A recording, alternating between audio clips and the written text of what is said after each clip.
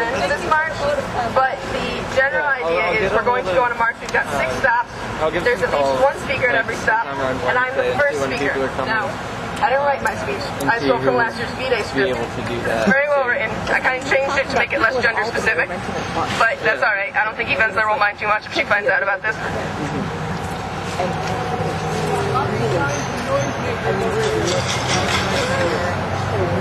Yeah. Awesome. And we love I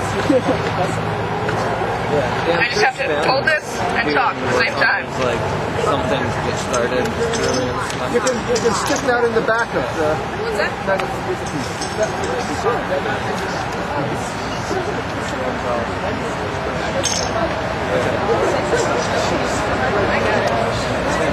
Yeah, like, you on a website or still web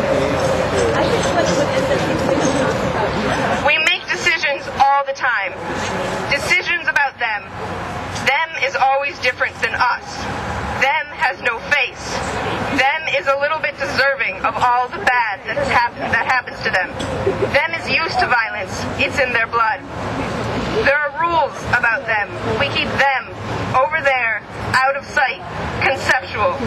We do not get close enough to touch or smell or know them. We do not want to see how easily we could become them, how quickly violence arrives, how swiftly people turn, embracing racist hate. We do not want to know or touch the parts of ourselves that are capable of behaving like them. Sometimes, if we are lucky, an image, a poem, an invitation to a foreign place pierces our perception. We suddenly stare down at a photograph on the cover of Newsday. 6 young Bosnian girls just returned from a rape camp. Their faces are beautiful and young and destroyed. We see their utter incomprehension and terror. We feel their shame. We are compelled. We go and meet these survivors, young, old, Muslim, Croatian, Serbian, Haitian, Rwandan, Afghan, Chechen, Lebanese. We sit in dusty barracks, makeshift refugee camps, healing centers.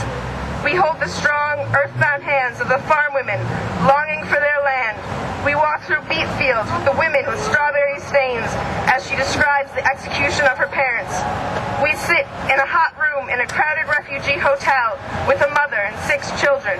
One of her sons lies suspended in a bed, mute from 3 months in a concentration camp.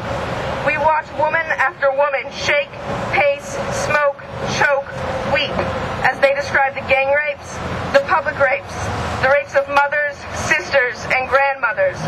We see how they have lost their homes and identities, that they do not eat or can't stop eating. We hear how they did not expect this or want this. Our secure usness, our little usness begins to unravel. It is dangerous. When we think of war, we think of it as something that happens to people in fields or jungles. We think of hand grenades and Scud missiles. We think of the moment of violence, the blast, the explosion. But war is really a consequence, the effects of which are not known or felt for months, years, generations.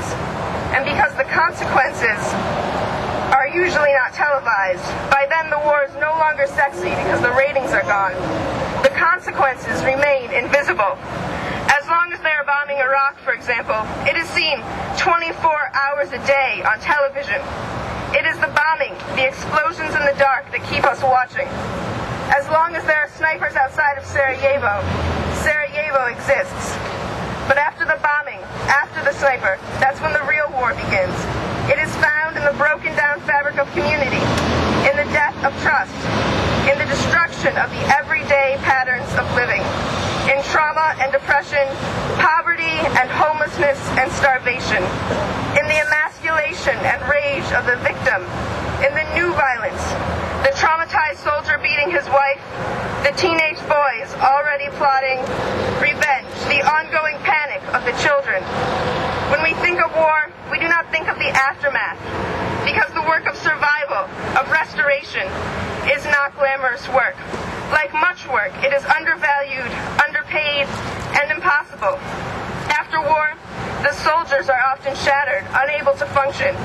The ones who haven't fought not only work, but they create peace networks, find ways to bring about healing. They teach in home schools, when the school buildings are destroyed.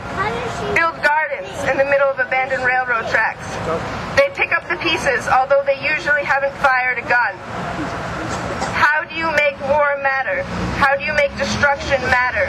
How do you make people suffering thousands of miles away matter? How do you make this world, this life, in all its mystery and injustice, matter? This is where theater comes in. Theater insists that we inhabit the present tense, not the virtual tense or the politically correct tense. Theater demands that we truly be where we are. By being there together, we are able to confront the seemingly impossible. We are able to feel that which we fear might destroy us, and we are educated and transformed by that act. We are focusing on people in conflict zones. We are focusing on people in the midst of war or the aftermath of it. We are drawing the connection between family violence and state violence. We are exposing the fact that if a government supports the use of force, weapons, violence as a method of control and dominance, this gives license to the same kind of behavior at home. This year, we are reclaiming peace. We are taking back the word, the concept, the possibility. We are saying that making peace must be the first option. Communication, respect, dialogue, compassion, kindness, generosity are the hard work of peace, the necessary work, and the priority. We are asking you to join in this discourse, to ask what happened to peace, to ask what peace is. There is a new way, a way that is not forced or exploded open with bombs and guns and machetes. Instead, it is melted open. It is invited in through strategy, wisdom, care, and a deep regard for the future of life. We stand with our sisters and brothers from Beirut to Baghdad, Kandahar to Darfur. We know their suffering is our suffering. We know that if the human species is to survive, the time of war must end. We ask you to be bolder this year and kinder, more careful, to bring the energy of peace to every aspect of your life. We ask you to speak out, stand up to an end to violence.